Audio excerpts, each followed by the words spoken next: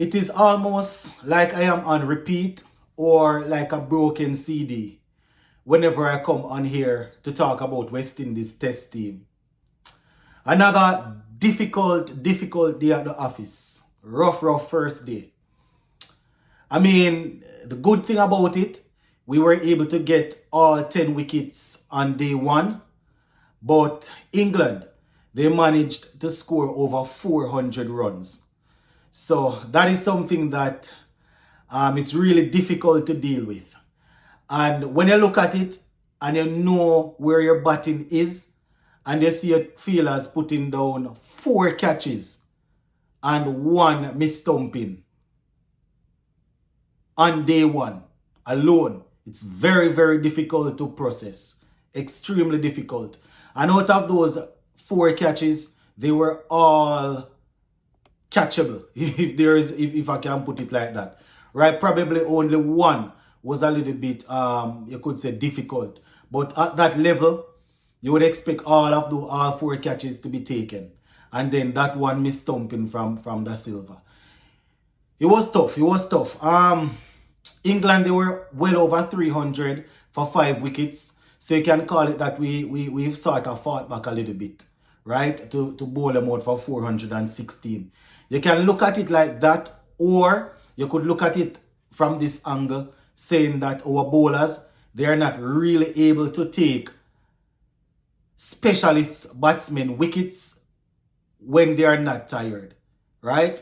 Sometimes when we start to make breakthrough is when the batsmen become tired and start making errors. It was really tough to watch. I mean, if we had taken the catches, we probably could have had them for 300 and probably 60 at 370, 380 the most. But because we gave away those 4 chances, Ollie Pope, who went on to score a century, we dropped him like 2 times. I think 46 and in the 50s. 2 times we dropped him. But tough, my people. I'm going to go through the scorecard and then we can talk a little bit more. So 416 is what England got from 88.3 overs. Not even 90 overs, 88.3 overs, my people. 416. Oh my goodness. It was Craig Brathwaite that won the toss and decided to bowl. And I can't even blame him for that. As much as all they said that the pitch would have been good for batting, I can't blame him for it. Because had we gone into bat, we probably would have gotten ball out by lunchtime, and then we hear that all sort of something. But 416, Zak Crawley was removed without scoring, right? Alzarri Joseph took care of Zak Crawley quite early, right? 3 deliveries is all he faced. But then Ben Duckett and Ollie Pope, they came together and they put on over 100 runs together, right? So Ben Duckett 71 for 59. He took Jayden Seales. He took on Jayden Seales quite early and he dispatched him, right? Basically didn't allow him to settle. I mean, Seales came back in the back end and he bowled a couple of good deliveries, right? I mean, he got Joe Root out, but the delivery before he got Joe Root out was probably the best delivery of the day. And then he bowled a couple of other good ones, but he was wayward. Right, and I am thinking it's because of the onslaught from Ben Duckett from early. So Duckett, he made 71 off 59, 14 fours. Ollie Pope 121 off 167, 15 fours and 1-6. Very good knock from Ollie Pope. His 6th test century. But guess what? 2 chances him get 2 lives. Man, him drop him 2 times. 2 easy. You can call him 2 easy catches, right? Joe Root 14, Harry Brook 36 before Kevin Sinclair removed him. Talking about Kevin Sinclair, thank God for Kevin Sinclair, right? Came in and picked up 3 wickets. You understand? Hodge also did some work for us with the ball. He was the one that got rid of Captain Ben Stokes for 69. Ben Stokes, he hasn't scored any runs in a while, right? We gave him an opportunity to come and get some runs against us. 69. Jamie Smith, 36 from 54. Chris Wokes, 37 off 48. And then, we got rid of Gus Atkins, Bashir quite early. Mark Wood was left not out on 13. So 416. At least we still have 4 more days to go. What West Indies need to do is battle today. Battle tomorrow. Try to see if they can get as close as possible to that 400. They have an entire day to bat.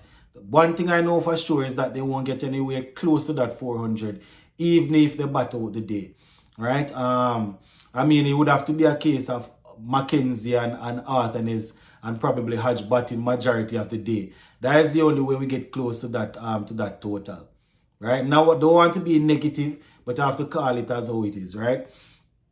So bowling for us, the bowling, as I said, it was wayward. Alzarri Joseph, at one point, I started to wonder if he had given up.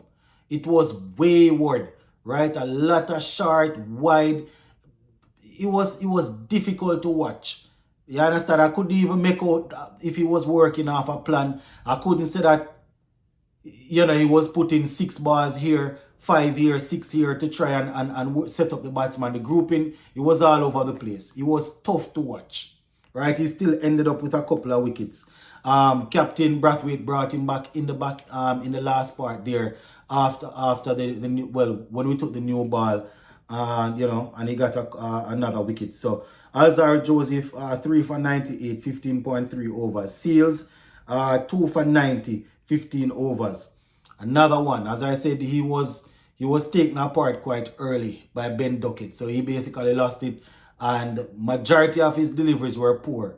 Usually, Jayden Seales is the one that you can expect, apart from Holder, to bowl some good line and length, give you some good balls. Might not pick up wickets, but, usually very tight. That wasn't the case. Jason Holder, 14 overs, 60 runs. Shamar Joseph, 11.3 overs, 44 runs, 1 wicket. Had to come off the field again with a cramp, hamstring cramp. Not sure what's going on, if it's because of the weather, probably, overwork.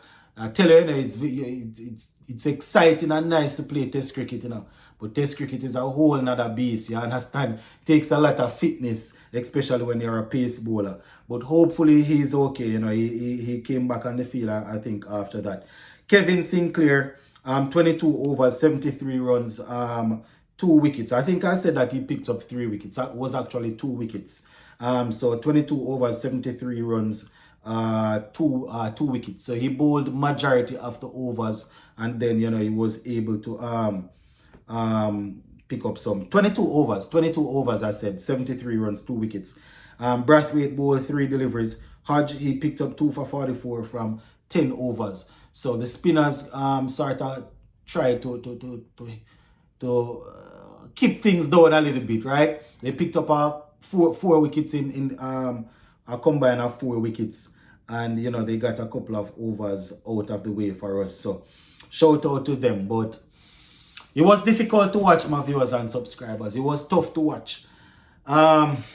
We were well on our way to bowling them out for probably 380 odd, which I would have said, all right, I would have taken that. I would have took that on day one. You understand? Probably still a bit too much runs. Yeah, I understand. But it's England, it's the way they play. So I have to give them some sort of leeway. So if our bowlers were able to get them out for 380, 385, I would say, all right, let's work with that. But the fact that we put down 4 catches and 1 miss stumping, it was tough to watch, my people. I can't even put it in words. And the thing is, I was home, so I was able to watch majority of it. You understand? Not even the drop catches, misfields, ball rolling on a people, football, people diving and diving over ball, all sort of madness out there, right? It was tough to watch. I think Holder putting down 1, Arthur is putting down a couple, Louis put down 1. It was just shambles in the field. It's done now. We still have 4 solid days. All we need to do is go out there and bat.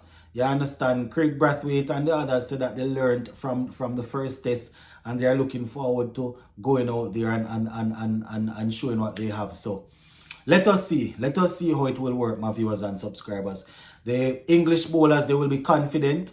400 runs on the board. They will be looking to bowl us out cheaply and see if they can probably bowl us out again. But go and leave it right there, so for now, my people. We'll talk again later on. Bless up.